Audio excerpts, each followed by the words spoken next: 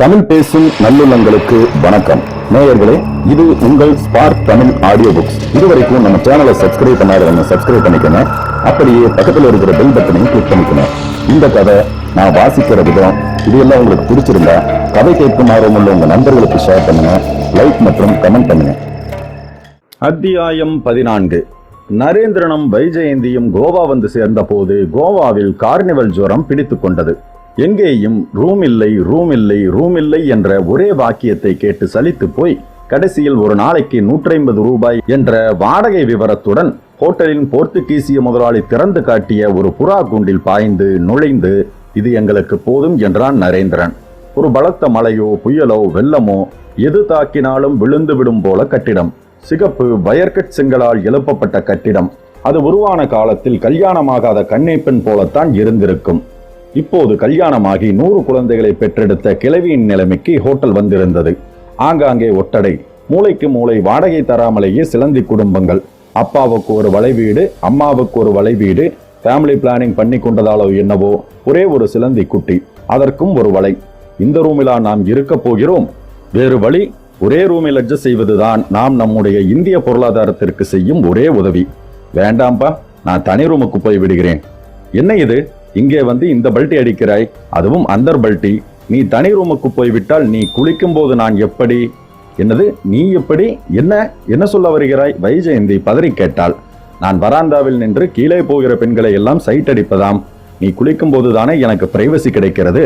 அதுவும் ஒரே ரூமில் இருந்தால் தானே நீ எப்போது குளிக்கப் போகிறாய் என்று எனக்கு தெரியும். You Canning. வேண்டாம், இங்கிலீஷில் திட்டாதே, கதைக்கு ஆகாது. வைஜெயந்தி அந்த அறையில் இருந்த ஒரு பேப்பர் வெயிட்டை எறிந்தாள். நரேந்திரன் குனிந்து அதை இரு கைகளாலும் பற்றினான். வைஜு, உனக்கு கோபம் ஆகாதடி என்று தியாகராஜரை காப்பி அடித்து பாட வைஜெயந்தி காது இரண்டையும் மூடிக்கொண்டாள். கீழிருந்து கார்னிவல் ஊர்வலம் ஒன்றின் ரிகல்சல் சங்கீதம் கேட்டது. வைஜ், வா, நாம் வந்த வேலையை கவனிப்போம். டோனோபோலாவில் இருந்து போட் எடுத்துக்கொண்டு சம்பத்குமார் சொன்ன இடத்தை நோக்கி படகை செலுத்தினார்கள். கரையோரம் இறங்கினார்கள். படகை இழுத்து கரையில் போட்டு அதன் நைலான் கயிறை ஒரு கிளையில் கட்டினார்கள். நடந்தார்கள். அந்த இடத்தை எல்லோரும் சேர்ந்து உதாசீனப்படுத்தி இருந்தார்கள் என்பது அங்கு வளர்ந்திருந்த வகை தொகையற்ற செடிகளிலும் மரங்களிலும் உணர முடிந்தது. எச்சரிக்கை பலகை இருந்தது. யாரும் நெருங்கக்கூடாத குழி. குழியில் அமிலம் இருக்கிறது. ஏதாவது சிக்கினால் எதுவும் மிச்சம் இருக்காது. எல்லா எச்சரிக்கைகளும் இருந்தன. குழிக்கருகில் சென்று அதன் விளிம்பை மீறி எட்டி பார்த்தான் நரேந்திரன். ஒன்றும் தெரியவில்லை. சரியான இருட்டு குழி. குழிக்கு பக்கத்தில் ரத்தம் இல்லை. போராட்டத்திற்கான சுவடு கூட இல்லை. எதுவும் இல்லை. ஏமாற்றமாக இருந்தது. போகலாம் வைஜ் என்றான். செக்ரட்டரியேட் போகும் தெருவின் மூலையில் கொஞ்சம் உள்ளடங்கி நியான் பளபளப்புடன் இருந்த ஒரு ஹோட்டலுக்குள் நுழைந்தார்கள். பாட்டில்களை அடுக்கி வைத்த கண்ணாடி அலமாரிகளுக்கு நடுவே சின்ன திறப்பு. உள்ளே உற்சாக வெள்ளம். மேஜைகள், சுற்றி நாற்காலிகள், வறுத்த முந்திரிகள், காரம் தெளித்த சிப்ஸ், ஓரிரண்டு சிக்கன் சூப். அந்த ஹாலை ஆல்கஹாலும் சிகரெட் புகையும் பொதுவாக நிறைத்திருக்க வெயிட்டர்கள் டிப்ஸ் சில்லறை வழிந்த பாக்கெட்டுகளுடன் வளைய வளைய வந்தார்கள். மறைவிடத்திலிருந்து ஸ்பீக்கர் ஒரு மேற்கத்திய சங்கீதத்தை கசிய விட்டிருந்தது. நரேந்திரன் ஒரு நாற்காலியில் உட்கார்ந்தான். வைஜெயந்தி பக்கத்தில் அமர்ந்தாள். உடன் வந்த அந்த பேரரிடம் இருந்து மெனு கார்டை வாங்கி எதையோ ஆர்டர் செய்தான். நரேன், என்ன என்றான் ஏதோ சிந்தனையில் இருந்த நரேந்திரன். இந்த கோவா ட்ரிப்புக்கான அர்த்தமே தெரியவில்லை எனக்கு. தெரியவில்லை? என்ன டிடெக்டிவ் அசிஸ்டன்ட் நீ? ஒரு சவால் தான் இந்த கேஸ். சம்பத்குமார் கொலையை பார்க்கிறான், கூட அவன் மனைவியும். அவர்கள் சொல்வதில் பொய்யில்லை. சம்பத்குமார் சொன்ன ஆபீஸ் அட்ரஸை சரிபார்த்து விட்டோம், வீட்டு அட்ரஸை சரிபார்த்து விட்டோம். சோ அவன் சொன்னதில் பொய்யில்லை. அடுத்தது என்ன? அந்த கொலைகாரன் இவர்களை பார்த்து விட்டான், துரத்த ஆரம்பித்து விட்டான். இவர்கள் அவன் கையில் சிக்கினால் இவர்களை அவன் அழித்து விடுவான். அவன் செய்த கொலைக்கு இவர்கள் தான் ஐவிட்னஸ். இவர்களாக சொல்லாவிட்டால், இவர்கள் பார்த்திராவிட்டால் அவன் கொலை செய்த கையோடு கையை உதறிக்கொண்டு போயிருப்பான். இப்போது என்ன? நாம் அந்த கொலைகாரனை கண்டுபிடிக்க வேண்டும். கண்டுபிடித்து அவனை போலீசில் சிக்க வைக்க வேண்டும். எப்படி கண்டுபிடிப்பது? அவன் கொலை செய்த இடத்தில் ஏதாவது தடயம் இருக்கும் என்று வந்தோம். இல்லை, இப்போது ஒரு வழிதான் இருக்கிறது என்றான் நரேந்திரன் ஒரு டம்ளர் நீரை குடித்துவிட்டு. என்ன வழி என்றாள்.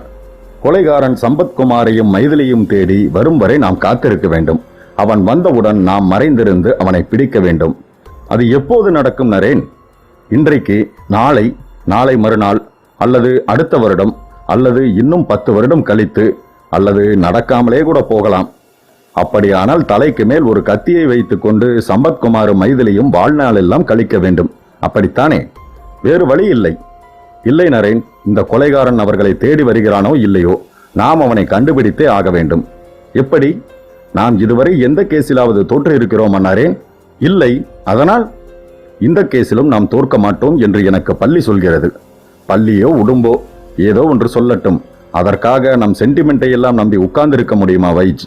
வெயிட்டர் அவன் ஆர்டர் பண்ணிய சமாச்சாரங்களை பீங்கான் தட்டுகளில் வைத்து அடுக்கிக் கொண்டு வந்தான். மேஜையில் தட்டுகளை பரப்பினான். சார், நீங்க டூரிஸ்டா என்றான். ஆம். ஏன்? உங்கள் ஒய்ஃப் ஏதாவது ஹேண்ட்பேக்கை தொலைத்து விட்டார்களா? ஏன் கேட்கிறாய்? இல்லை, லோக்கல் நியூஸ் பேப்பரில் 2 நாட்களாக ஒரு நியூஸ் வந்து கொண்டிருக்கிறது. என்னவென்று? டூரிஸ்டாக வந்த பெண் ஒருத்தி டோனோபோலா போகும் வழியில் ஒரு ஹேண்ட்பேக்கை விட்டுவிட்டு போயிருக்கிறாள். அதை ஒரு ஃபிஷர்மேன் பத்திரப்படுத்தி வைத்திருக்கிறார். அதில் ஒரு தங்க கோட் பட்டன் இருக்கிறதாம், ஒரு வைர மோதிரம் இருக்கிறதாம். சரியான அடையாளம் சொல்லி பெற்றுக்கொள்ள சொல்லி 3 நாட்களாக அறிவிப்பு வந்து கொண்டிருக்கிறது. ஆனால் யாரும் வந்து பெற்றுக்கொண்ட பாடில்லை.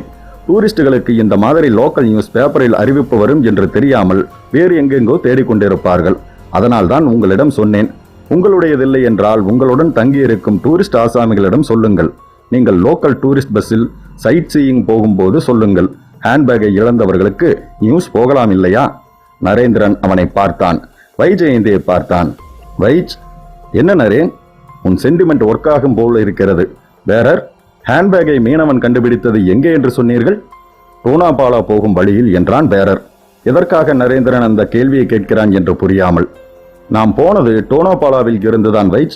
அப்படியென்றால் ஒரு வைர மோதிரமும் தங்க பட்டனும் கொண்ட ஹேண்ட்பேக்கை தொலைத்த பெண் என்ன செய்வாள்? கோவாவெல்லாம் அலைவாள், போலீஸுக்கு போவாள், பதறுவாள். சொல்ல முடியாது. பாட்டு பாடி கோவா ரோடெல்லாம் ஹேண்ட்பேக்கை தேடி அலைவாள். 3 நாட்களாக அறிவிப்பு வந்தும் யாரும் ஹேண்ட்பேக்கை தேடி வரவில்லை என்றால் செத்துப்போன பெண்ணுடையதாக கூட இருக்கலாம் என்றால் வைஜெயந்தி முகத்தில் பல்பு மின்ன. That is it. நமக்கு ஹேண்ட்பேக் ஒரு நூல். இந்த நூலை பிடித்து கொண்டு போவோம். ஏதாவது கிடைத்தாலும் கிடைக்கும். நாம் என்னவோ இந்த ஹேண்ட்பேக் மூலமாகவே கொலைகாரனை நெருங்கினாலும் நெருங்குவோம் என்று தோன்றுகிறது. டைம் வேஸ்ட் ஆகிறது. ஸ்டார்ட். நரேந்திரன் எழுந்து கொண்டான். வைஜெயந்தியும் எழுந்து கொண்டாள். அத்தியாயம் 15. கல்யாண் டயலை சுற்றிவிட்டு எங்கேஜ் டோனை கேட்டு சலித்து கொண்டான். இந்த டெலிபோன் டிபார்ட்மெண்ட் ஆட்களை எல்லாம் நிற்க வைத்து சுட வேண்டும் என்று நினைத்து கொண்டான். மறுபடி அப்பாடா, அடுத்த முனையில் மணி அடித்தது. Hello, hotel residency? ஹலோ, அங்கே மிஸ்டர் சம்பத்குமார் என்பவர் ரூம் எடுத்து தங்கியிருக்காரா என்று கேட்டான். 1 மொமெண்ட் ப்ளீஸ் என்று பதில் வந்தது. காத்திருந்தான். காத்திருப்பது என்பது அவனுக்கு சகஜமாகி போன ஒரு விஷயமாக இருந்தது. காலையில் இருந்து விடாமல் ஒவ்வொரு ஹோட்டலாக போனில் துரத்தி கொண்டிருக்கிறான். எவ்வளவு தூரம் ஏமாற்றமடைந்தாலும் ஏமாற்றத்தை வெளியில் காட்டாமல் மறுபடி வேறொரு ஹோட்டல் என்று முயற்சி செய்து கொண்டே இருக்கிறான். வேறு வழி இல்லை. அவன் உயிரோடு இருக்க வேண்டுமானால் அவர்கள் உயிரோடு இருக்கக்கூடாது. முயற்சி செய்ததால் தானே ஜஸ்ட் கோவாவில் அந்த அந்தி நேரத்தில் தான் செய்த சமூக கேடான செயலை பார்த்தவன் பெயர் சம்பத்குமார் என்று தெரிந்தது. அவன் முகவரி தெரிந்தது. புதிதாக கல்யாணமானவன் என்று தெரிந்தது. தேனிலவுக்கு வந்திருப்பவன் என்று தெரிந்தது. இன்னும் கொஞ்சம் துருவினால் அவன் மனைவியின் உடலில் எங்கெங்கு மச்சங்கள் என்பது போன்ற அந்தரங்கமான விஷயமும் தெரிய வரலாம். கல்யாணுக்கு புன்னகை பொங்கி வந்தது. நமக்கு அது தேவையில்லை. இப்போது எந்த இடத்தில் எந்த படுக்கையில் படுத்துக்கொண்டு சம்பத்குமார் தன் மனைவியின் மச்சங்களை பார்த்து கொண்டிருக்கிறான் என்று தெரிந்தால் அதுவே போதும். அட்லாண்டிக்கில் தொடங்கி 6 ஆல்பபெட் வரை வந்தாகிவிட்டது. இந்த ஹோட்டலிலாவது அவனுக்கு தேவையான செய்தி கிடைக்க வேண்டும். டெலிபோன் மீண்டும் உயிர் பெற்றது. கல்யாண் காதை தீட்டிக் கொண்டான். ஹலோ, நீங்கள் யார் என்று சொல்ல முடியுமா? சங்கமேஸ்வரன், அவருடைய சொந்தக்காரன். அவருக்கு முக்கியமான செய்தி ஒன்றை தெரிவிக்க வேண்டும். 1 மினிட் ப்ளீஸ். கல்யாண் படபடப்புடன் காத்திருந்தான். விரல்கள் தாளம் போட்டன. டம்ளரில் இருந்த விஸ்கியை ஒரே மூச்சில் காலி செய்தான். ஹலோ, இங்கு 3 சம்பத்குமார்கள் தங்கியிருக்கிறார்கள். என் சொந்தக்காரருக்கு முன்வழுக்கை போதாது என்று சொல்லி ரிசப்ஷனிஸ்ட் சிரித்தாள். உன் சிரிப்பு அழகாயிருக்கிறது மிஸ் என்றான். என் சொந்தக்காரருக்கு முன்வழுக்கை மட்டுமல்ல, முன் 2 பற்கள் லேசாக தூக்கி கொண்டிருக்கும். போதாது என்றால் ரிசப்ஷனிஸ்ட். குரலில் குறும்பு சிரிப்பு. என் சொந்தக்காரர் ஹோட்டலில் ரூம் புக் பண்ணும்போது கையெழுத்து போட்டிருப்பார் இல்லையா? எஸ். அப்போது நீ நிச்சயம் மிஸ் பண்ணி இருக்க மாட்டாய் மிஸ். அவருக்கு வலது கையில் 6 விரல்கள், ஒரு விரல் தனியாக தொங்கிக் கொண்டிருக்கும். ஓ எஸ், ரூம் நம்பர் 82. கனெக்ஷன் கொடுக்கவா? வேண்டாம் என்று அவசரமாக மறுத்தான் கல்யாண். வெற்றி, மேலும் ஒரு வெற்றி. இலக்கை நெருங்கிவிட்டேன். கொண்டாட வேண்டும் போல இருந்தது. அது அப்புறம், நான் அவரிடம் நேரில் பேசிக் கொள்கிறேன். இது முக்கியமான விஷயம். பக்குவமாக அவரிடம் நேரில் சொல்ல வேண்டும். அது முக்கியம். Thank you very much for your information miss என்றான். யூ ஆர் வெல்கம் என்றாள் அவள் தொடர்ந்த சிரிப்புடன். அத்தியாயம் 16. எதிரில் அமர்ந்திருந்த டிசோசா எப்படியோ நரேந்திரனின் பரிதாபத்தையும் எரிச்சலையும் ஒரு சேர சம்பாதித்திருந்தான். டிசோசா அரை டிராயர் அணிந்திருந்தான். அரைக்கை சட்டை, சட்டி போல கவிழ்க்கப்பட்ட வெள்ளை முடி, வெள்ளை நரை மீசை, சுருங்கிய சிவந்த தோல் முகம், காலில் ஹவாய் செப்பல். அவன் வாயில் சுருட்டு புகைந்தது. டிசோசா வீட்டு ரிசப்ஷனில் அவர்கள் அமர்ந்திருந்தார்கள். அவர்கள் அந்த வீட்டிற்கு வந்து சேர்ந்ததில் இருந்து கிழவன் வைஜெயந்தி மேல் வைத்த கண்ணை எடுக்காமல் இருந்தான். அவ்வப்போது வைஜெயந்தியை ஓ பேபி, ஓ ஹனி, ஓ நைட்டிங்கேல், ஓ சிண்ட்ரெல்லா, ஓ டார்லிங் என்று எல்லா இங்கிலீஷ் வார்த்தைக்கு முன்பும் ஒரு இன்ஷியல் சேர்த்து அழைத்து கொண்டிருந்தான். மிஸ்டர் டிசோசா என்றான் நரேந்திரன் பொறுமையின்றி. எஸ், நாங்கள் சீரியஸாக பேசிக் கொண்டிருக்கிறோம். நீங்கள் என்னடாவென்றால் உங்கள் ஹனிமூனை பற்றி பேசிக் கொண்டிருக்கிறீர்கள். பையா, உனக்கு ஏன் இவ்வளவு கோபம் வருகிறது? இவ்வளோ உன் மனைவி இல்லை என்று சொல்லிவிட்டாய். அப்புறம் என்ன? இந்த ஆப்பிள் கண்ண பெண்ணிடம் 2 பேருமே மனு கொடுத்து பார்ப்போம். இவள் யாரை தேர்ந்தெடுக்கிறாளோ அவன் இவளை தனது உடைமையாக்கிக் கொள்ளட்டும். நரேந்திரன் பற்களை நரநரவென்று கடித்தான். வைஜெயந்தி கலுக்கென்று சிரித்தாள். விளையாடாதே வைஜ், நாம் இங்கே லேட்டாக்கும் ஒவ்வொரு செகண்டும் அங்கே சம்பத்தின் உயிருக்கும் மைதிலியின் உயிருக்கும் ஆபத்து நெருங்கிக் கொண்டிருக்கிறது. வைஜெயந்தி சீரியஸானாள். மிஸ்டர் டிசோசா, நாங்கள் எங்கள் ஐடென்டி கார்டை காட்டிவிட்டோம். அப்புறமும் நீங்கள் லேட் செய்வது நல்லதில்லை. எங்களால் போலீஸை கொண்டு உங்களை பணிய வைக்க முடியும். வயதான காலத்தில் உங்களை அந்த மாதிரி மன அவதிக்கெல்லாம் உள்ளாக்க கூடாது என்றுதான் இவ்வளவு பணிவாக பேசிக் கொண்டிருக்கிறோம். உனக்கு என்ன வேண்டும்? ஹேண்ட்பேக். அந்த பேக்கை வைத்திருந்தவள் கொலை செய்யப்பட்டு விட்டதாக நம்புகிறோம். நீங்கள் சொன்ன சாக்லேட் கலர் ஃபியட் ஒத்துப்போகிறது. நீங்கள் சொன்ன நரைமுடி கிழவனை பற்றி நீங்கள் சொல்லும் முன் நாங்களே சொல்லிவிட்டோம்.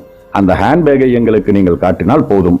நீ என்னை கல்யாணம் செய்து கொள்வதாக வாக்களிக்கிறாயா கன்னி பெண்ணே?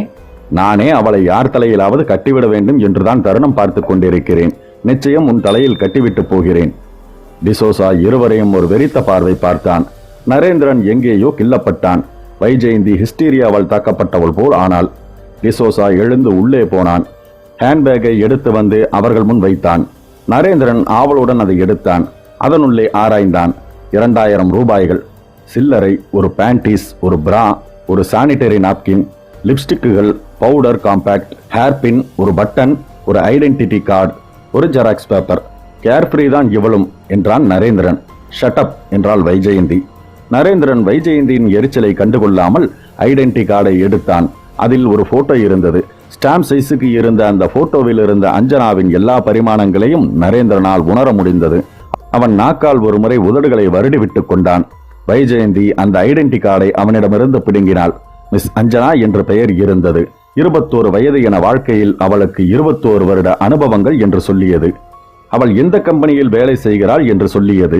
Receptionist, Indian polyurethane vacuum cleaner company, Besant Nagar, Madras 90. Vaijayanthi hurray என்றாள். ஏன் வைஜெயந்தி திடீரென்று டார்வின் தியரியை ப்ரூவ் பண்ணுகிறாய் என்று கேட்டான் நரேந்திரன். அப்படி என்றால் என்று சண்டை கோழி போல் சிலிர்த்து கொண்டு கேட்டாள் வைஜெயந்தி. குரங்கிலிருந்து மனிதன் உருவானான் என்பது டார்வின் தியரி. யூ போதும், இங்கிலீஷில் திட்டு வேண்டாம். எதற்கு இவ்வளவு சந்தோஷப்பட்டாய்? அதை சொல் போதும். போட்டோ இருக்கிறது. So what? அவள் வேலை செய்யும் கம்பெனி இருக்கிறது. So what? போட்டோவை சம்பத்குமாரிடம் காட்டினால் இவள்தான் அவளா என்று சொல்லிவிடுவான். தமிழ் பட வசனம் போல இருக்கிறது. ஹங்கேரி பட வசனம் போலத்தான் இருக்கட்டுமே. நான் சொல்வது உனக்கு புரியாவிட்டால் என்ன, நமது ஸ்பார்க் தமிழ் நேயர்களுக்கு புரியும். மேலே சொல்.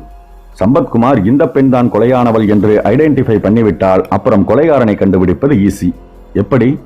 உன் தலையில் என்ன மண்ணாங்கட்டியா? அஞ்சனாவுடன் சம்பந்தப்பட்டவர்கள் யார் யார் என்று துருவினால் விஷயம் வெளிப்பட்டு விடாது.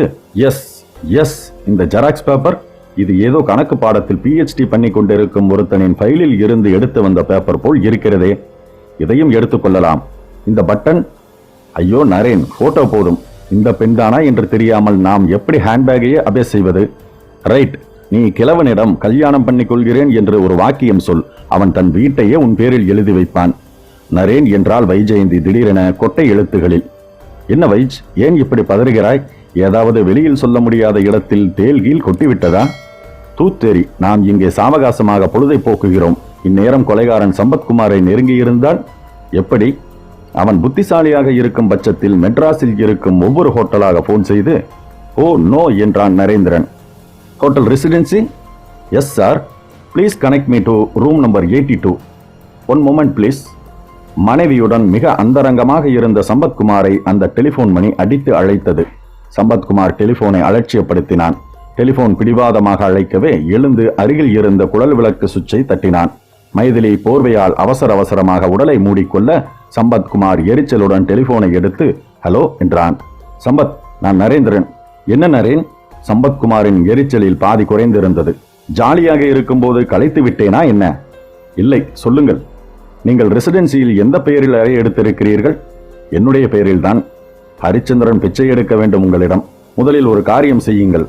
உடனே அந்த ஹோட்டலை காலி செய்துவிட்டு வேறு ஹோட்டலுக்கு போய்விடுங்கள். ஏன்? அந்த கோட் ஆசாமி புத்திசாலியாக இருக்கும் பட்சத்தில் டெலிபோனை வைத்துக் கொண்டே உங்கள் இருப்பிடத்தை தெரிந்து கொள்வான்.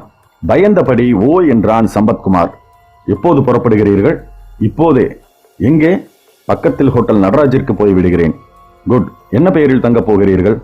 என்ன பெயர்? என்ன பெயர்? சம்பத்குமார் தடுமாறினான். நீங்கள் புதிதாக கல்யாணமானவர்கள் இல்லையா? ஆமாம். காமேஸ்வரன், காமேஸ்வரி என்று பெயர் வைத்துக் கொள்ளுங்கள், பொருத்தமாக இருக்கும். சரி என்றான் சிரிப்போடு. மீதியை ஹோட்டல் நடராஜில் கண்டினியூ செய்யுங்கள். சரி என்றான் சம்பத்குமார் மேலும் சிரிப்பு கலந்து.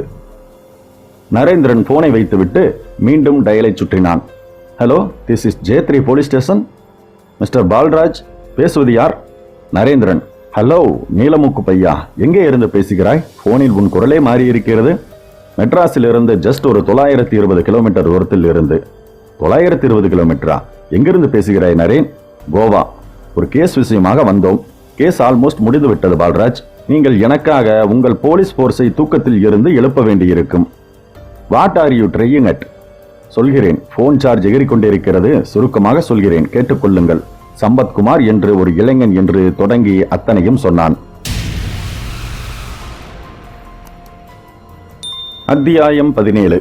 தன் அதிர்ஷ்டத்தை எண்ணி வியந்து கொண்டான் கல்யாண்.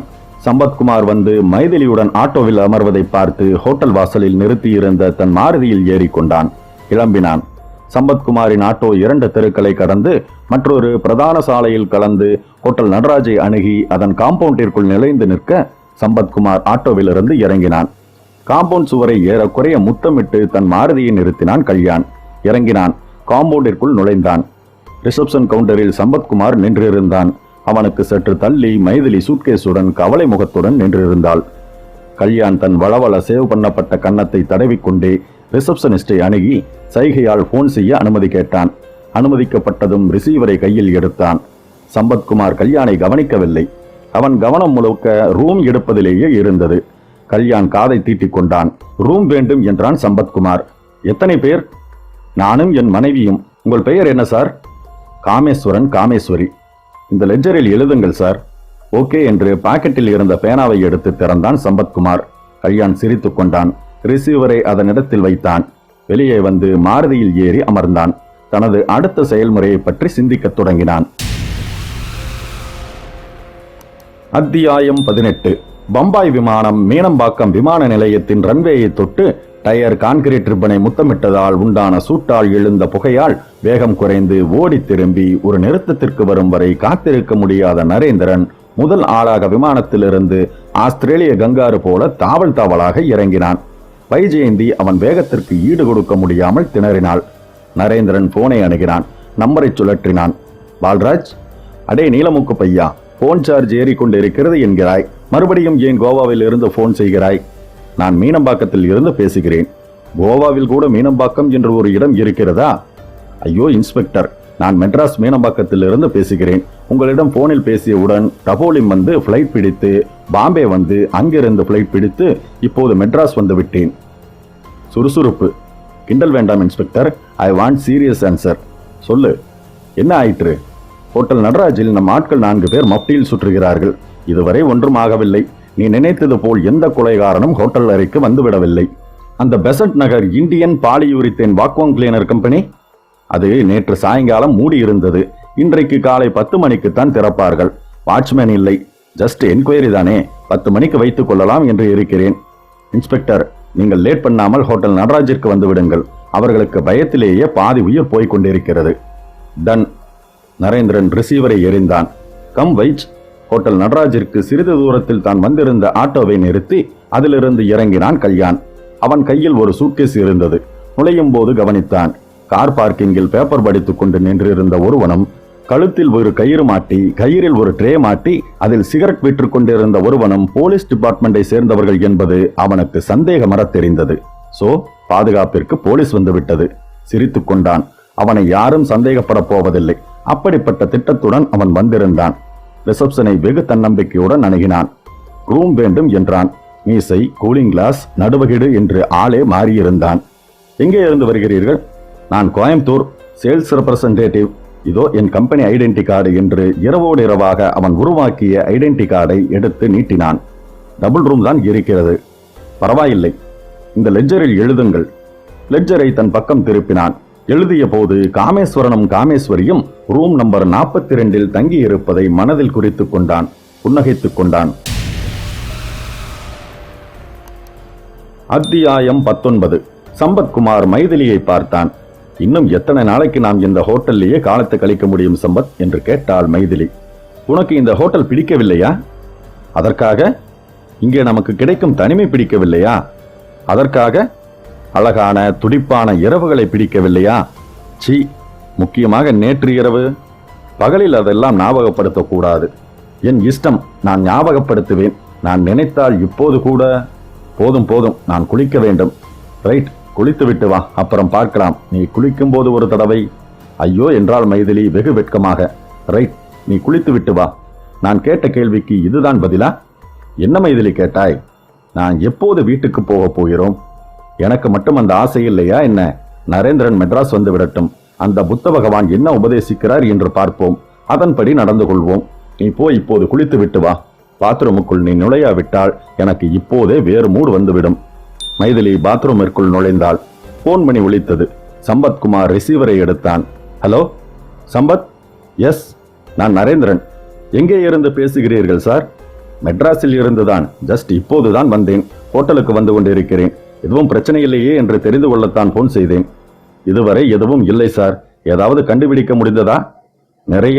உங்களை துரத்துகிறவன் அல்லது துரத்துவதாக நீங்கள் நினைப்பவன் யார் என்று ஏறக்குறைய கண்டுபிடித்து விட்டோம். எப்படி சார்? நீங்கள் பார்த்த அந்த பெண்ணை போட்டோவில் பார்த்தால் அடையாளம் கண்டுகொள்வீர்களா? Sure sir. வைதுவை பேப்பரிலோ டிவியிலோ அந்த பெண்ணை தேடி யாரும் எந்த முயற்சியும் எடுக்கவில்லை. That's all right. நான் ஒரு போட்டோ கொண்டு வருகிறேன், பாருங்கள். அவள் தானா என்று சொல்லுங்கள். அவள் மார்பளவு போட்டோவிலேயே வெகு அம்சமாக தெரிகிறாள். அப்படி என்றால் அவள்தான் சார். உங்களுக்கு இந்த நேரத்தில் எல்லோரும் அம்சமாகத்தான் தெரிவார்கள். ஓகே, நான் அங்கு வருகிறேன். நரேந்திரன் போனை வைத்தவுடன் சம்பத்குமார் ஒரு விசில் பாட்டுடன் ரிசீவரை எடுத்தான். அத்தியாயம் 20. கல்யாண் தன் அறையில் நுழைந்ததும் முதல் வேளையாக கதவை சாத்திக் கொண்டான். படுக்கை மீது சூட்கேஸை வைத்து திறந்தான். அதில் வரிசையாக ஹேர் ட்ரையர்கள் அடுக்கி வைக்கப்பட்டிருந்தன. சலூனில், ஹெல்த் கிளப்புகளில் கேசத்தை காய வைக்க உபயோகப்படுத்துவார்களே, அதே டைப் ஹேர் ட்ரையர்கள். ஒரு ஹேர் ட்ரையரை கையில் எடுத்தான். ஸ்க்ரூ டிரைவர் வைத்து திறந்தான். அதனுள் விசிறி போல ஒரு உலோக அமைப்பு பொருத்தி இருக்க, அதற்கு பக்கத்தில் தாயத்து போல் காட்சியளித்த ஒரு பொருளை வைத்தான். அழுத்தினான். ஒட்டிக்கொண்டது. ஹேர் ட்ரையரின் சுவிட்சை ஆன் செய்து பார்த்து கொண்டான். உள்ளே தெரிந்த ஃபேன் சுற்றியது. தாயத்து போல் தெரிந்த பொருள் மெல்ல அதிர்ந்தது. திருப்தி அடைந்தவன் போல ஹேர் ட்ரையரை எப்போதும் போல் மூடி வைத்தான். அதை கையில் எடுத்து கொண்டான். அறையை விட்டு வெளிப்பட்டான். கதவை சாத்தி பூட்டு போட்டான். மெல்ல நடந்தான். ஹோட்டல் காரிடாரில் 2 சப்ளையர்கள் ட்ரேயுடன் நடந்து கொண்டிருந்தார்கள். யாரோ ஒரு பைஜாமா ஜிப்பா ரூமை காலி செய்துவிட்டு வெளியேறி கொண்டிருந்தது. கல்யாண் 42ஆம் அறைக்கு முன் நின்றான். கதவை தட்டினான். யாரது என்று உள்ளிருந்து சம்பத்குமாரின் குரல் கேட்டது. Coffee sir.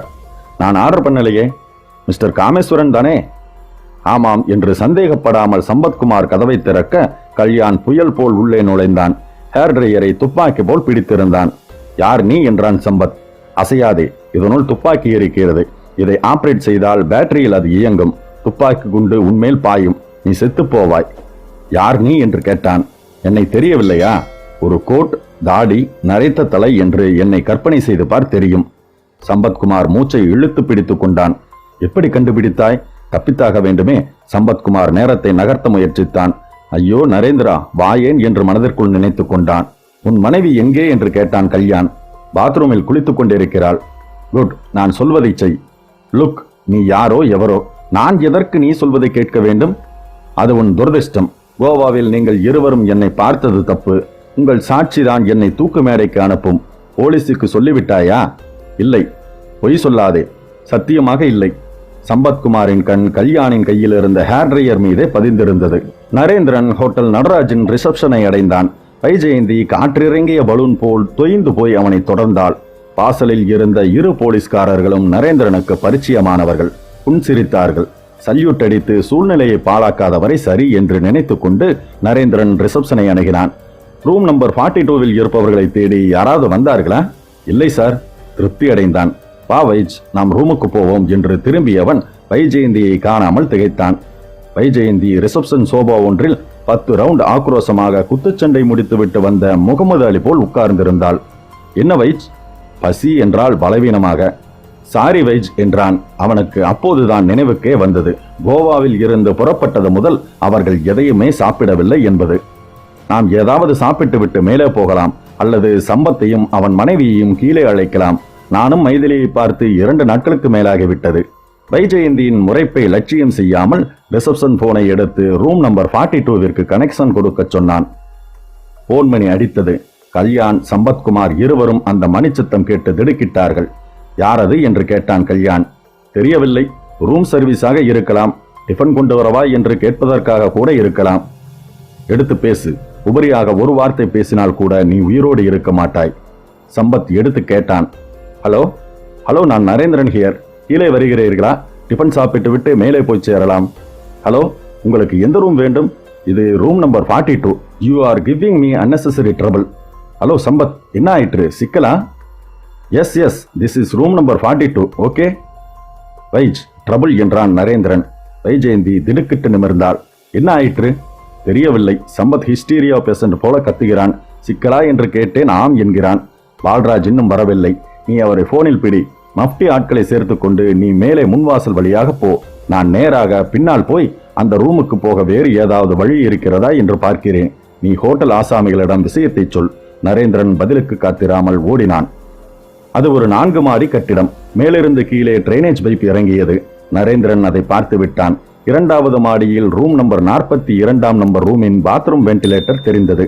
அதில் கிராஸ் கிராஸாக சொருகி வைக்கப்பட்டிருந்த கண்ணாடி தகடுகள் தெரிந்தன. நரேந்திரன் தீர்மானித்தான். கல்யாண் சம்பத்குமாரை பார்த்தான். உன் மனைவியை கூப்பிடு. பாத்ரூமில் இருக்கிறாள். சம்பத்குமாருக்கு லேசாக உற்சாகம் வந்தது. நரேந்திரன் வந்துவிட்டான். ஏதாவது செய்வான். அதற்குள் இவன் சுடமாட்டான். அது துப்பாக்கி போல் இல்லை, வெறும் ஹேர் ட்ரையர் தான். அதில் துப்பாக்கி இருக்கிறது என்றால் அது எவ்வளவு தூரம் உண்மை? கூப்பிடு உன் மனைவியை. உடனே வெளியே வரச் சொல். சம்பத்குமார் மைதிலி என்றான். நரேந்திரன் பாத்ரூம் வென்டிலேட்டரின் கண்ணாடி தகடுகளை அகற்றினான். கடைசி தகடினை எடுத்து வென்டிலேட்டருக்கு வெளியே இருந்த சன்ஷேடின் மீது வைத்த போது பிராவின் ஹூக்கை முனைந்து போட்டுக் கொண்டிருந்த மைதிலி நரேந்திரனை பார்த்தாள். கத்துவதற்கு புறங்கையை வாயில் வைத்தவள் நரேந்திரனின் முகத்தையும், மைதிலி கத்தாதே, நான் நரேந்திரன், சம்பத்திற்கு ஆபத்து என்று அவசரமாக சொன்னதையும் கேட்டுவிட்டு திகிலுடன் அவனை பார்த்தாள். நரேந்திரன் வெண்டிலேட்டர் வழியாக கீழிறங்கும் முன் அவள் உடுத்தி முடித்திருந்தாள். வெளியில் இருந்து சம்பத்குமாரின் மைதிலி என்ற குரல் கேட்டது. நரேந்திரன் நடுங்கிய அவள் தோளின் மீது கை வைத்து அவளை ஆசுவாசப்படுத்தினான். பதில் சொல் என்றான் கிசுகிசுப்பாக. என்ன சம்பத்? உடனே வெளியே வா. நரேந்திரன் மைதிலியின் தோளை பற்றி கதவின் மூலையில் நிறுத்தினான். மெதுவாக, மிக மெதுவாக கதவை திறந்தான். சட்டென்று சார்ஜ் செய்யப்பட்ட காளை போல் பாய்ந்தான். கல்யாண் மிக மென்மையான மைதிலியை எதிர்பார்த்து நரேந்திரனை கண்டு திகைத்து கையில் இருந்த ஹேர் ட்ரையரின் விசையை அழுத்தும் முன் நரேந்திரன் கடைசி வினாடியில் ஹேர் ட்ரையரை தட்டிவிட ஹேர் ட்ரையர் பறந்தது. அறைக்கதவு மோதப்பட்டு திறக்கப்பட்டு இன்ஸ்பெக்டர் பால்ராஜும் அவரது சகாக்களும் வைஜெயந்தியும் அறையில் நுழைந்தார்கள். பால்ராஜின் கையில் துப்பாக்கி மின்னியது. Hands up. கல்யாண் மெல்ல கைகளை உயர்த்தினான். அத்தியாயம் 21. பிரிட்டிஷ் காலத்தில் கட்டப்பட்ட ஒயர் பிரிக் செங்கல் கட்டிடம் அது. அதில் விசாலமான அறையில் உயரமான கூரையில் இருந்து ஃபேன் ஊசலாடி கொண்டு கீழிறங்கி சுற்றியது. மேஜிஸ்ட்ரேட் தேவராஜன் தன் அறை கண்ணாடியை சரி செய்து கொண்டு உட்கார்ந்தார். அவருக்கு பின்னால் சுவரில் காந்தி, இடது பக்கம் ஓர் நீதி தேவதை, அவருக்கு முன்னால் ஒரு 4 படிகளும் கீழே இருந்த கடப்பைக்கல் தரையில் டேபிளும் நாற்காலியும் போட்டு கோர்ட் கிளார்க், மேஜையில் டைப்ரைட்டர். இருபுறம் இருந்த சாட்சி கூண்டுகளில் ஒன்றில் கல்யாண் நின்றிருந்தான், இன்னொன்றில் சம்பத்குமார். சர்க்கார் வக்கீல் கோபாலன் நேற்றுதான் புதிதாக வேலைக்கு சேர்ந்தவர் போல மிகவும் நர்வஸாக இருந்தார். அவர் கை விரல்கள் நடுங்கின. அவருடைய கோட் முழங்கை அருகே கிழிந்து தைக்கப்பட்டிருந்தது. அணிந்திருந்த சாட்டின் மேல் கோட்டில் மூட்டை பூச்சிகளின் முட்டைகள். அவர் அந்த கோட்டை அணிந்து வெகு நாட்களாகி இருந்தன என்பது மட்டும் மிக தெளிவாக தெரிந்தது. கல்யாண் சார்பில் இருந்த வக்கீல் ஜெய் கிருஷ்ணா இந்த தொழிலில் நான் பழம் தின்று கொட்டை போட்டவன் என்ற முகபாவத்துடன் நின்றிருந்தார். நரேந்திரன், வைஜெயந்தி, மைதிலி, பால்ராஜ், ஹோட்டல் நடராஜி நாட்கள் என்று ஒரு கோஷ்டியும் கூடவே சோகையான ஒரு பத்திரிகையின் நிருபரும் பார்வையாளர்கள் பகுதியை ஆக்கிரமித்திருந்தார்கள். எஸ், ப்ரொசீட் ஃபர்தர் என்றார் மாஜிஸ்ட்ரேட். கல்யாண் முகத்தில் இந்த பூனையும் பாலை குடிக்குமா என்ற பாவனையுடன் நின்றிருந்தான். ஜெயகிருஷ்ணா தொண்டையை செருமிக் கொண்டார். எனது கட்சிக்காரர் திரு கல்யாண் ஒரு கௌரவமான பிரஜை. இந்தியன் பாலியூரித்தேன் வாக்வம் கிளீனர் என்ற பெயரில் சென்னை பெசன்ட் நகரில் ஒரு சிறு தொழில் நிறுவனத்தை நடத்தி வருபவர். வாக்வம் கிளீனர்களை தயாரித்து விற்பவர். கிட்டத்தட்ட ஒரு 500 பேருக்கு சம்பளம் கொடுப்பவர். 500 குடும்பங்களில் அடுப்பெரிய காரணமாக உள்ளவர். ஜெயகிருஷ்ணா கல்யாணின் மீது ஒவ்வொன்றாக ஏகப்பட்ட கௌரவங்களை சுமத்தி கொண்டிருந்தார். கல்யாண் முகத்தில் உணர்ச்சி மாறாமல் நின்றிருந்தான். சர்க்கார் தரப்பு வக்கீல் விளக்கெண்ணையோ வேறு ஏதோ குடித்தவர் போல தடுமாறி நின்று கைகளை பிசைந்து கொண்டிருந்தார். ஜெயகிருஷ்ணா தன் சொற்பொழிவை மேலும் தொடர்ந்தார். இப்படிப்பட்ட கௌரவமான நிலையில் உள்ள அவர் தன் தொழிலை விரிவுபடுத்த வேண்டும் என்பதற்காக தன்னால் இன்னும் ஒரு 500 குடும்பங்கள் பிழைக்க வேண்டும் என்ற உன்னத காரணத்திற்காக ஒரு புது தயாரிப்பில் இறங்கினார். அதுதான் இந்தியன் பாலியூரித்தேன் ஹேர் ட்ரையர். இது மற்ற ஹேர் ட்ரையர்களைப் போல் அல்லாமல் ஒரு புது பார்முலாவை உபயோகப்படுத்தி தயாரிக்கப்பட்ட ஒன்று. பொதுவாக ஹேர் ட்ரையர்கள் எல்லாம் 200, 300 என்று விற்கும். திரு கல்யாண் தயார் செய்துள்ள புது ஹேர் ட்ரையரின் மார்க்கெட் விலையே 50 ரூபாய் தான். அது திரு கல்யாண் அவர்களின் விடாமுயற்சியால் சாத்தியப்பட்டது. ஒரு ஜப்பான் கம்பெனியின் நோ-ஹவ் டெக்னாலஜியை மிகுந்த விலை கொடுத்து வாங்கி அந்த பார்முலாவை வைத்துக் கொண்டு திரு கல்யாண் தனது புது ஹேர் ட்ரையரை தயாரித்ததால் தான் அவர் இந்த அளவிற்கு குறைந்த விலைக்கு ஹேர் ட்ரையரை தயாரித்து விற்க முடிந்தது. அப்ஜெக்ஷன் யுவர் ஹானர் என்றார் சர்க்கார் தரப்பு வக்கீல் தட்டு தடுமாறி. இந்த சொற்பொழிவு கேசுக்கு எந்த விதத்தில் சம்பந்தம் என்றே புரியவில்லை. கல்யாண் கோவாவில் டோனோபாலா பக்கத்தில் இருக்கும் ஒரு தனிமை பிரதேசத்தில் அவருடைய செக்ரட்டரி, PA, ரிசப்ஷனிஸ்ட் என்று பலவாறு அழைக்கப்பட்ட மிஸ் அஞ்சனாவை குரூரமாக சுட்டுக் கொன்று விட்டதாக குற்றம் சாட்டப்பட்டவர். அந்த கொலையை நேரடியாக பார்த்தவர்கள் இதோ இந்த கூண்டில் நிற்கும் திரு சம்பத்குமாரும் அவரது மனைவியுமான திருமதி மைதிலி சம்பத்குமாரும் ஆவார். தான் செய்த குற்றத்தை நேரடியாக கண்கூடாக பார்த்த சாட்சியங்கள் தான் இந்த இருவரும் என்பதால் அவர்கள் இருவரையும் தீர்த்து கட்ட கோவாவில் இருந்து இவர்களை துரத்தி வந்திருக்கிறார் கல்யாண். இவர்கள் இருவரும் தங்கியிருக்கும் ஹோட்டல் அறைக்கு சென்று அவர்களை கொல்ல இருந்த தருவாயில் போலீசும் தனிப்பட்ட துப்பறிவாளரான திரு நரேந்திரனும் சம்பத்குமாரையும் மைதிலியையும் காப்பாற்றி இருக்கிறார்கள். கல்யாணை கையும் களவுமாக பிடித்திருக்கிறார்கள். எனவே வழக்கு கல்யாண் செய்த கொலையை பற்றியும் சம்பத்குமார், மைதிலி ஆகியோரை தீர்த்து கட்ட வந்த கொலை முயற்சியை பற்றியும் அமைய வேண்டும். அதை விட்டுவிட்டு கல்யாணின் குணாதிசயங்களை பற்றி எதிர்த்தரப்பு வக்கீல் சொல்வது இந்த வழக்கிற்கு எந்த வகையில் உதவி செய்யும் என்று எனக்கு தெரியவில்லை. மாஜிஸ்ட்ரேட் ஜெயகிருஷ்ணனை பார்த்தார். ஜெயகிருஷ்ணன், யுவர் ஆனர், கல்யாணை பற்றிய விவரங்கள் இந்த வழக்கிற்கு அவசியம் என்பதால் தான் நான் அவரை பற்றி பேசுகிறேன் என்றார். சுருக்கமாக சொல்லுங்கள்.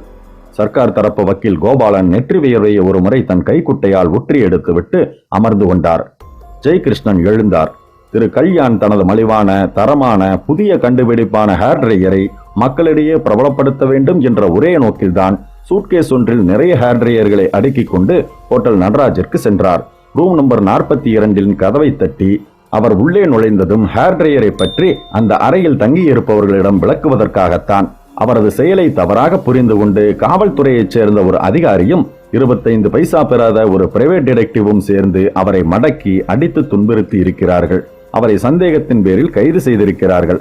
ஒரு மரியாதைக்குரிய நபரை இப்படி பொது இடத்தில் மானபங்கப்படுத்துவது ஜனநாயக நாட்டில் கண்டனத்திற்குரிய ஒரு செயல். எனது கட்சிக்காரர் அதற்காக ஈகிள்ஸை என்ற தனியார் துப்பறிவு நிறுவனத்தின் மீதும் தமிழ்நாடு காவல்துறை மீதும் மானநஷ்ட வழக்கு தொடுக்க உள்ளார். அது இந்த கேஸிற்கு அப்பாற்பட்ட விஷயம். ஒரு ஹேர் ட்ரையரோடு ஹோட்டல் அறைக்குள் அனுமதியுடன் நுழைந்தவர் மீது துப்பாக்கியுடன் சுட்டுக் கொள்ள நுழைந்தார் என்று திரு சம்பத்குமார் குற்றம் சாட்டியிருப்பது நகைப்புக்கிடம் அளிக்கும் வகையில் உள்ளது. திரு சம்பத்குமாரின் மன ஆரோக்கியத்தை சந்தேகிக்க வைக்கிறது. எனவே யுவர் ஆனர், எனது கட்சிக்காரர் ஒரு குற்றமும் செய்யாதவர் என்று கூறி அவரை எந்த காரணம் கொண்டும் சிறையில் அடைக்க முடியாது என்று கூறி அவரை விடுதலை செய்யுமாறு வேண்டிக் கொள்கிறேன். திரு சம்பத்குமாரை ஒரு நல்ல மனநல மருத்துவரிடம் காட்டி தன்னை பரிசோதித்துக் கொள்ளுமாறு உத்தரவிட கேட்டுக் கொள்கிறேன். That's all your honour. Jayakrishnan முகத்தில் மாறாத புன்னகையுடன் சென்று தன் சீட்டில் அமர்ந்து கொண்டார். கோர்ட்டில் சலசலப்பு ஏற்பட்டது. Order, order, order. அத்தியாயம் 22. இடைவேளை நேரம். மரத்தடி கடையில் சூடான மசால் வடையும் காஃபியும். சர்க்கார் வக்கீல் கோபாலன் தட்டில் இருந்த 3வது வடையை காலி செய்தார். அவருடைய வாழ்க்கையின் லட்சியம் என்ன என்று எந்த பத்திரிகை நிருபராவது கேட்டிருந்தால் மசால் வடை சாப்பிடுவது என்று பதில் சொல்லியிருப்பாரோ என்னவோ. இன்ஸ்பெக்டர் ஒரு சிகரெட்டும் யோசனையுமாக நின்றார். சம்பத்குமாரும் மைதிலியும் கோர்ட்டுக்கு உள்ளேயே அடை காக்கப்பட்டிருந்தார்கள். நரேந்திரன் எரிச்சலுடன் வக்கீலை பார்த்தான்.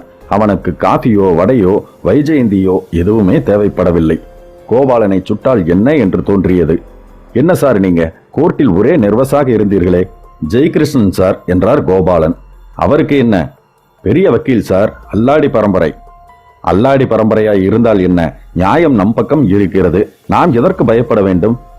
அதற்கில்லை, ஜெயகிருஷ்ணன் பிணமாகிவிட்டான் என்று சொல்பவர்களை எல்லாம் கோர்ட்டில் உயிரோடு கொண்டு வந்து நிறுத்துவார் என்று ஒரு வதந்தி அவருக்கு இருக்கிறது. வதந்தியாவது கிதந்தியாவது, நீங்கள் அல்லாடி பரம்பரையை நினைத்து கொண்டு கோர்ட்டில் கோட்டை விட்டு விடுவீர்கள் போலிருக்கிறதே.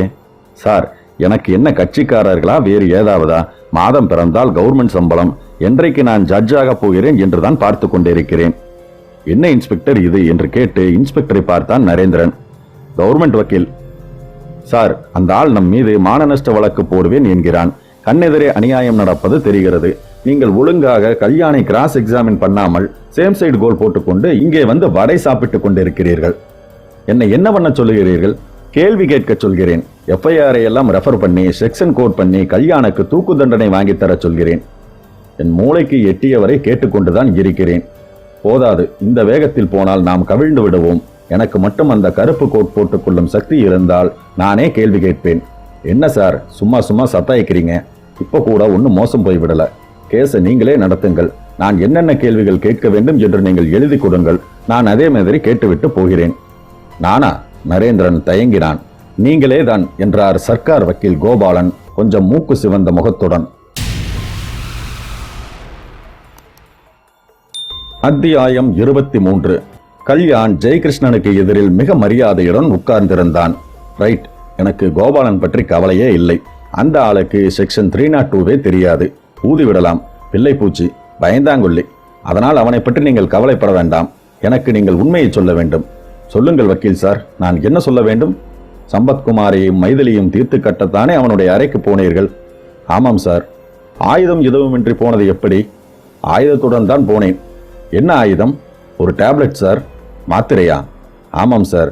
ஹேர் ட்ரையர் தயாரிப்பில் எனக்கு உபயோகப்படுத்தும் கெமிக்கல் அது. ஆர்சனிக் விஷம் நிறைய கலந்த மாத்திரை. அதை ஹீட் செய்தால் மாத்திரையிலிருந்து கேஸ் ஒன்று ரிலீஸ் ஆகும். அதை சுவாசிக்கிறவர்கள் உடனே செத்து போவார்கள். ஆனால் போஸ்ட்மார்ட்டத்தில் கூட எதனால் சாவு என்று தெரிய வராது. அவ்வளவு புத்திசாலித்தனமான விஷம் கலந்த டேப்லெட் அது. அதை நான் ஹேர் ட்ரையரில் பொருத்தி இருந்தேன். நான் ஹேர் ட்ரையரை ஆன் பண்ணிவிட்டு என் மூச்சை அடக்கி கொண்டிருந்து விட்டு வெளியே வந்து விடலாம் என்று நினைத்து கொண்டிருந்தேன். ஆனால் அதற்குள் பிளடி நரேந்திரனும் அவன் கூட்டாளி இன்ஸ்பெக்டர் பால்ராஜும் உள்ளே புகுந்து குட்டையை குழப்பி விட்டார்கள். என் கையில் இருந்த ஹேர் ட்ரையர் கீழே விழுந்ததும் அதில் நான் பிக்ஸ் பண்ணி இருந்த ஆர்சனிக் டேப்லெட் கலன்று கீழே விழுந்து விட்டிருக்கிறது. என் அதிர்ஷ்டம்தான். அதனால் தான் நான் ஆயுதத்துடன் பிடிபடவில்லை. உள்ளே நுழைந்து நான் துப்பாக்கியை ஹேர் ட்ரையரில் வைத்திருக்கிறேன் என்றவுடன் சம்பத் நம்பிவிட்டான். அதையே போலீசிடமும் சொல்லிவிட்டான். நீங்கள் மட்டும் நான் அவர்களை சுட வரவில்லை என்பதை நிரூபித்து விட்டால் உங்கள் உடம்பெல்லாம் தங்கம் இழைத்து போடுகிறேன். அப்போ அந்த அஞ்சனா விவகாரம்? Perfect, it's a night more. Okay, நான் பார்த்துக் கொள்கிறேன் என்றார் ஜெயகிருஷ்ணா ஒரு சிகரெட்டை பற்ற வைத்துக் கொண்டே. அத்தியாயம் 24. Order, order, order. கோர்ட் முழுக்க அமைதியாகியது. கோபாலன் எழுந்தார். ஜெயகிருஷ்ணா அவரை நேராக பார்க்க கோபாலன் அவர் பார்வையை தவிர்த்துவிட்டு கல்யாண் அருகே சென்றார். உங்கள் பெயர்? கல்யாண். முழு பெயரே அவ்வளவுதானா? ஆமாம். மிஸ்டர் கல்யாண், உங்கள் கம்பெனி பெயர் என்ன? கேட்டுவிட்டு ஒரு தடவை கோபாலன் நரேந்திரன் பக்கம் திரும்பி பெருமிதமாக பார்த்தார். பக்காவாக அவர் கேட்கிறாராம். நரேந்திரன் தலையில் அடித்துக் கொள்ளாத குறையாக கோபாலனை பார்த்தான். இந்த ஆள் ஏன் இப்படி தலையை சுற்றி மூக்கை தொட வேண்டும்? நேரடியாக களத்தில் இறங்க வேண்டியதுதானே என்று நினைத்து கொண்டான். இந்தியன் பாலியூரித்தேன் வாக்யூம் கிளீனர் கம்பெனி என்றான் கல்யாண். அந்த கம்பெனி என்ன தயாரிக்கிறது? வாக்யூம் கிளீனர்களை தயாரிக்கிறது. வேறு? இந்தியன் பாலியூரித்தேன் ஹேர் ட்ரையர் கம்பெனி என்று இன்னொரு கம்பெனி எனக்கு இருக்கிறது. அந்த கம்பெனி ஹேர் ட்ரையர்களை தயாரிக்கிறது. ரைட். மார்க்கெட்டிற்கு வந்து விட்டதா? வந்துவிட்டது. தமிழ்நாடெங்கும் கம்பெனி பிரதிநிதிகள் வீடு வீடாக சென்று இந்த மலிவான ஹேர் ட்ரையர்களை அறிமுகப்படுத்துகிறார்கள். உங்கள் கம்பெனி பிரதிநிதிகள் இருக்கும்போது நீங்கள் ஏன் ஹோட்டல் நடராஜிற்கு போனீர்கள்? ஹேர் ட்ரையரை விற்கத்தான். ஆச்சரியம். எது? மெட்ராஸில் இருக்கிறது உங்கள் கம்பெனி. ஆனால் வெளியூரில் இருக்கும் ஒரு போலி கம்பெனி பெயரை சொல்லி அதன் பிரதிநிதி என்று சொல்லி நீங்கள் ஹோட்டல் நடராஜில் அறை எடுத்திருக்கிறீர்கள். ஆமாம் சார், இதில் ஆச்சரியப்பட ஒன்றுமே இல்லை. பெரும்பாலான மிடில் கிளாஸ் மக்கள் தான் ஹேர் ட்ரையர்களை உபயோகிக்கிறார்கள். மிடில் கிளாஸ் ஹோட்டல்களில் வேறு மாநிலத்தைச் சேர்ந்தவர்கள் எல்லாம் வந்து தங்குவார்கள். அவர்களிடமெல்லாம் இந்த ஹேர் ட்ரையரை அறிமுகப்படுத்தினால் எங்கள் ப்ராடக்டிற்கு இந்தியா முழுவதற்கும் ஒரு வாய் விளம்பரம் கிடைக்கலாம் இல்லையா? ஹோட்டலில் நீங்கள் ஏன் உள்ளூர்காரர் என்று சொல்லவில்லை? ஏன் வெளியூரில் இருந்து வருவதாக சொன்னீர்கள்? Simple sir. என்ன சிம்பிள்? உள்ளூர் என்றால் ரூம் கிடைக்காது. வெளியூர் சூட்கேஸ் எல்லாம் பார்த்துதான் இப்போதெல்லாம் ரூம் கிடைக்கிறது. ஹோட்டல் நடராஜிற்கு வரும் முன் அதே ஏரியாவில் இருந்த அசோக் ஏசி ஹோட்டலிலும் ரூம் கேட்டேன். அப்புறம் இந்தியன் பவனிலும் ரூம் கேட்டேன். தரமாட்டேன் என்று சொல்லிவிட்டார்கள். சூட்கேஸ் வெளியூர் என்றால் தான் மதிப்பு என்பதால் தான் அந்த மாதிரி ஒரு பொய் சொல்லி ரூம் போட்டேன். எனக்கு வியாபாரம் முக்கியம். நீங்கள் அசோக் ஹோட்டலிலும் இந்தியன் பவனிலும் என்னை காட்டி நான் சொன்னது உண்மையா இல்லையா என்பதை தெரிந்து கொள்ளலாம். ரைட். திரு சம்பத் அவர்களை கொல்ல வந்ததாக? இல்லை, நிச்சயம் இல்லை. நான் ஏன் அவர்களை கொல்ல வேண்டும்? உங்கள் செக்ரட்டரியின் பெயர் என்ன? இப்போது இருப்பவரா, முன்னாள் இருந்தவரா? முன்னாள் இருந்தவள் மிஸ் அஞ்சனா. அவள் எங்கே? தெரியாது. ஏற்கனவே அவள் காணாமல் போய்விட்டாள். எனக்கு எதுவும் செய்து தராமல் போயிருக்கிறாள் என்று நான் போலீசில் கம்ப்ளைண்ட் கொடுத்திருக்கிறேன். போலீஸ்காரர்கள் என் செக்ரட்டரியை தேடிக்கொண்டிருக்கிறார்கள். பொய். நீங்களே ஒரு கம்ப்ளைண்டை முன்கூட்டிய போலீஸுக்கு கொடுத்துவிட்டு அவளை அழைத்து கொண்டு கோவா டோனாபாலா போய் முடிக்க வேண்டாம். அவை யாவும் பொய். உங்களிடம் ஒரு சாக்லேட் கலர் ஃபியட் இருக்கிறதா? ஃபியட் இருக்கிறது. சாக்லேட் கலர் இல்லை, கிரீம் கலர். எப்போதுமே கிரீம் தானா, இல்லை சமீபத்தில் சாக்லேட் கலருக்கு மாறி மறுபடியும் கிரீம் கலருக்கு மாற்றப்பட்டதா? எப்போதுமே கிரீம் கலர் தான். Number TMI 4031. மிஸ்டர் கல்யாண், போலீஸ்காரர்கள் உங்கள் கம்பெனியில் விசாரித்து விட்டார்கள். சென்ற 10ஆம் தேதி முதல் 12ஆம் தேதி வரை நீங்கள் உங்கள் கம்பெனியில் இல்லை. ஆம், நான் எங்கள் கம்பெனி முன்னேற்றத்திற்காக கம்பெனி மேனேஜர்களை எல்லாம் வைத்துக்கொண்டு ஒரு கான்ஃபரன்ஸ் போட்டேன். 10, 11, 2 நாட்களும். எங்கே? மெட்ராஸில் இருக்கும் என் கெஸ்ட் ஹவுஸில். இல்லை, 10ஆம் தேதி மாலை 6:30 மணிக்கு நீங்கள் கோவாவில் இருக்கும் டோனோபாலாவில் இருந்தீர்கள். பொய் சார். நான் கான்ஃபரன்ஸில் இருந்தேன். இதை என்னால் நிரூபிக்க முடியும். கான்ஃபரன்ஸ் நிகழ்ச்சிகள் அனைத்துமே வீடியோ டேப்பில் பதிவாகி இருக்கின்றன. அந்த டேப்பை பார்வையிட்டாலே தெரியும். 10ஆம் தேதி மாலை 5 மணிக்கு உங்கள் ஃபியட்டின் டயர் பங்க்சர் ஆகியது. மீராமர் அருகே நீங்கள் டயர் மாற்றினீர்கள். இல்லை என்றான் கல்யாண் சாந்தமாக. கோபால் அதற்கு மேல் எப்படி கேள்விகளை கேட்பது என்று தெரியாமல் தவிக்க, கோர்ட்டில் வீடியோவில் கல்யாண் பங்கு கொண்ட கான்ஃபரன்ஸில் எடுத்த படம் காண்பிக்கப்பட்டது. கல்யாணுக்கு பின்னால் 10ஆம் தேதி கேலண்டர் இருந்தது. மேலே வால் கிளாக்கில் மணி 6:30 என்றது. பேசியவர்கள் அத்தனை பேரும் கல்யாண் கம்பெனியின் மேனேஜர்கள், இயக்குனர்கள். பேச்சாளர்களில் ஒருவர் கொஞ்சம் உணர்ச்சி வசப்பட்ட போது, இந்த 10ஆம் தேதி மாலை 6:30 நான் சத்தியம் செய்கிறேன், அடுத்த 10ஆம் தேதி மாலை 6:35 விற்பனையை 10% உயர்த்தி காட்டாவிட்டால் நான் கம்பெனி வேலையில் இருந்து ராஜினாமா செய்கிறேன் என்று சூளுரைத்தார். வீடியோ கேமரா மெதுவாக அறையிலிருந்து பின்வாங்கி கான்பரன்ஸ் ஹாலுக்கு வெளியே இருந்த ரிசப்ஷனிஸ்ட் எவ்வளவு பிஸியாக டேபிளில் பதில் சொல்லிக் கொண்டிருந்தாள் என்பதை காட்டியது. அவளுக்கு பின்னால் ஒரு டிவியில் T20 கிரிக்கெட் மேட்ச் பார்ப்பதற்கு யாரும் இல்லாமல் ஓடிக்கொண்டிருந்தது.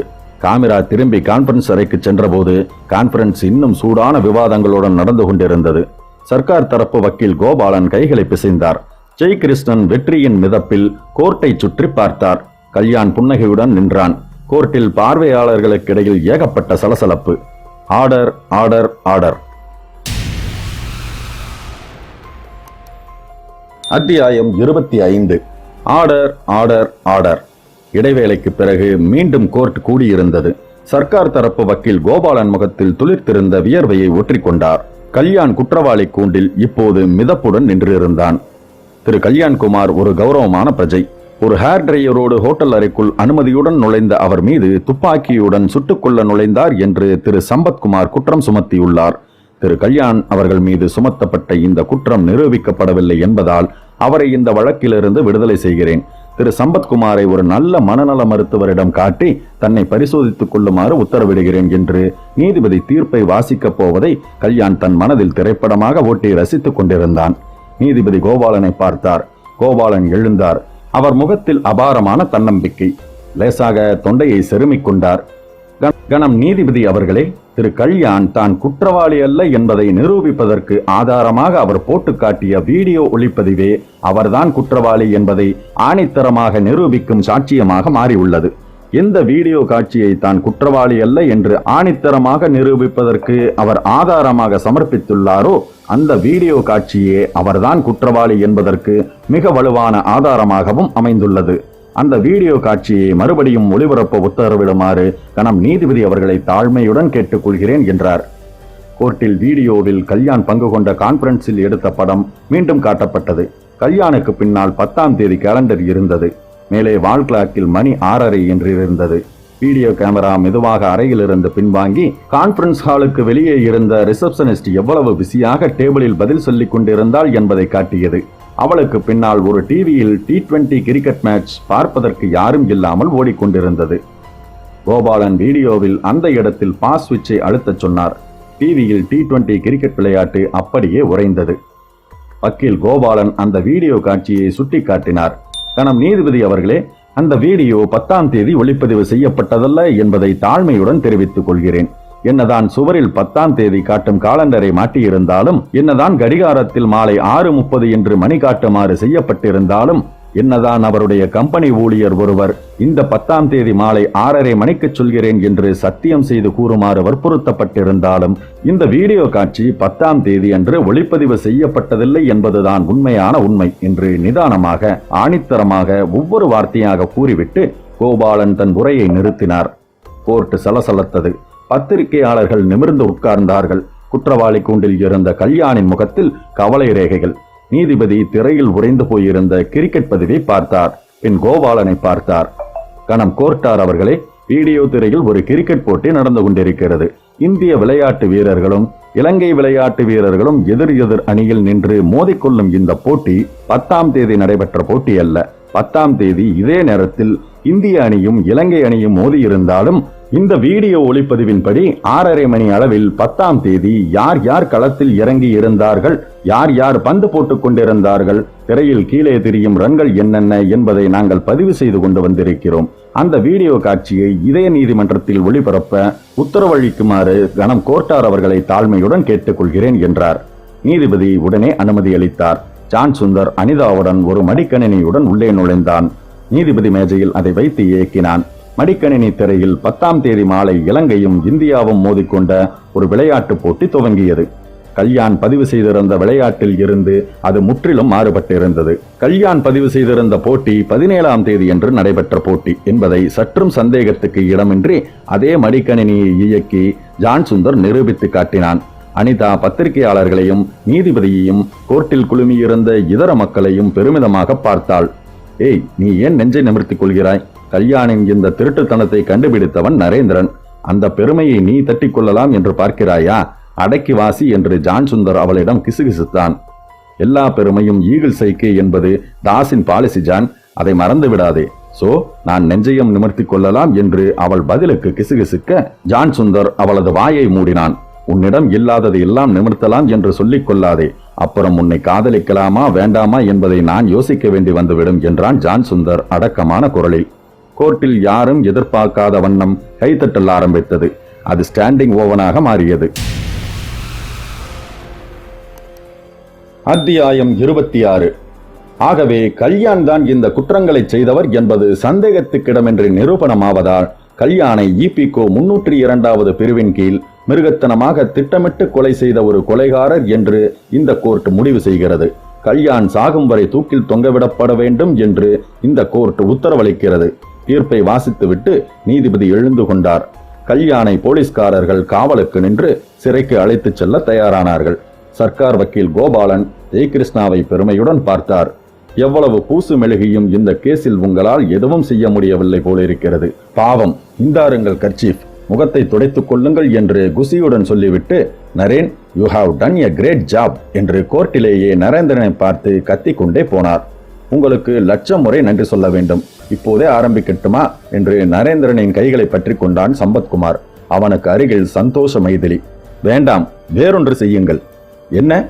எனக்கு தேங்க்ஸ் சொல்வதற்கு பதில் உங்கள் மனைவியை 1,00,000 முறை முத்தமிடுங்கள் எங்களுக்கு எதிரில். ஓ நோ என்றால் மைதிலி பொய்கோபத்துடன். எஸ் என்றான் சம்பத்குமார் மனைவியை நெருங்கியபடி. வைஜெயந்தி நரேந்திரன் முதுகில் ஹேண்ட்பேக்கால் அடித்தாள். எவ்வளவு தைரியம் இருந்தால் நீ இப்படி பேசுவாய்? மனதில் எவ்வளவு வக்கிரம் இருந்தால் இந்த மாதிரி கேட்பாய்? You forwarded beast, stinking goose. Country loafer, insane idiot. Stop. ஒரே ஒரு இங்கிலீஷ் திட்டிற்கு மேல் கூடாதென்று இருக்கிறேன். நீ பாட்டுக்கு கூட்ஸ் ட்ரெயின் போல அடுக்கிக் கொண்டே போகிறாயே. வைஜெயந்தி நிறுத்தாமல் ஆங்கில வார்த்தைகளை தொடர நரேந்திரன் பாய்ந்தான். அவள் உதடுகளில் தன் உதடுகளை வைத்து, ஓ நோ. அன்பிற்கினிய நேயர்களே, உங்களுக்கு இந்த கதை பிடிச்சிருந்ததா? என்னோட குரல் மற்றும் கதை சொன்ன விதம் எப்படி இருந்ததுன்னு உங்களோட கருத்துக்களை தவறாம கமெண்ட் பாக்ஸ்ல கமெண்ட் பண்ணுங்க. மறக்காம ஒரு லைக்கும் தட்டி விடுங்க. அதோட உங்களை மாதிரியே கதையை விரும்பக்கூடிய உங்க நண்பர்களுக்கும் இந்த கதையை ஷேர் பண்ணுங்க. நீங்க ஒரு வேளை நம்ம சேனலை சப்ஸ்கிரைப் பண்ணாம இருந்தீங்கன்னா உடனே சப்ஸ்கிரைப் பண்ணிட்டு நோட்டிபிகேஷனையும் ஆன் பண்ணிக்கோங்க. கதை கேட்டுட்டு சப்ஸ்கிரைப் பண்ணாம போற நண்பர்களுக்கு ஒரு விஷயத்தை நான் சொல்லிக்க விரும்புறேன். ஒவ்வொரு ஆடியோ புக்கு பின்னாடியும் பல மணி நேர உழைப்பு இருக்கு. அந்த உழைப்புக்கான அங்கீகாரம் தான் நீங்க நம்ம சேனலை சப்ஸ்கிரைப் பண்றதும் உங்க லைக், ஷேர்ஸ் மற்றும் கமெண்ட். இது மட்டும்தாங்க. இந்த விஷயங்களை நீங்க ஏத்துக்கிட்டீங்கன்னா கண்டிப்பா சப்ஸ்கிரைப் பண்ணுவீங்கன்னு நான் நினைக்கிறேன். ஓகே, மற்றும் இன்னொரு அருமையான கதையோட உங்களை நான் சந்திக்கிறேன். உங்களிடமிருந்து விடைபெறுவது உங்கள் கார்த்திகேயன்.